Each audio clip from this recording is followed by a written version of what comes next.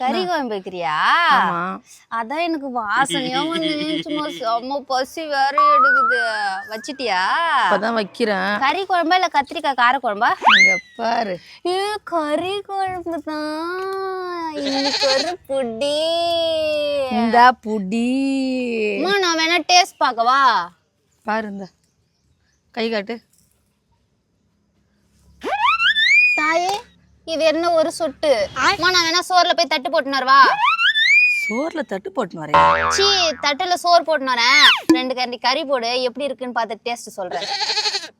நீயே தின்ட்டு போயிட. இருக்கிற ஆளுங்களுக்கு ஒன்றும் கொடுக்கறது கிடையாதுங்க.